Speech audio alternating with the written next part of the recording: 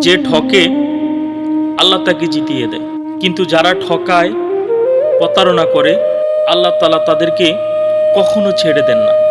আল্লাহি খায়রুল মাকিরিন, আল্লাহ কখনো গাদ্দারদেরকে ক্ষমা করেন না।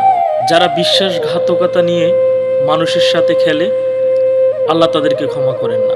যদি ক্ষমা করতেন তাহলে আব্দুল্লাহ ইবনে উবাইদকে ক্ষমা করতেন।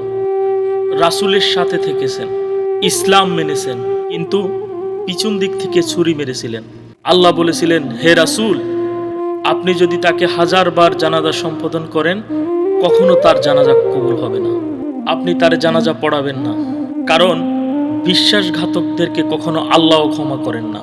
আল্লাহ কখনোই তাদের ক্ষমা করেন না, জন্য বিশ্বাসঘাতকদের ক্ষমাটা আটকিয়ে যায়। আপনি আল্লাহর উপরে ছেড়ে দেন।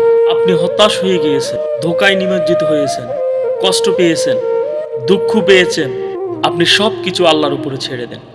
যারা আপনার সাথে থেকে আপনার সাথে প্রতারণা করেছে, তাদেরকে আল্লাহর জন্য ছেড়ে দেন। আল্লাহ কিন্তু তাদেরকে পাকড়াও করবে, অতি শীঘ্রই পাকড়াও করবে, অতি ভয়াবহ হিসাবে গৃহীত হবে।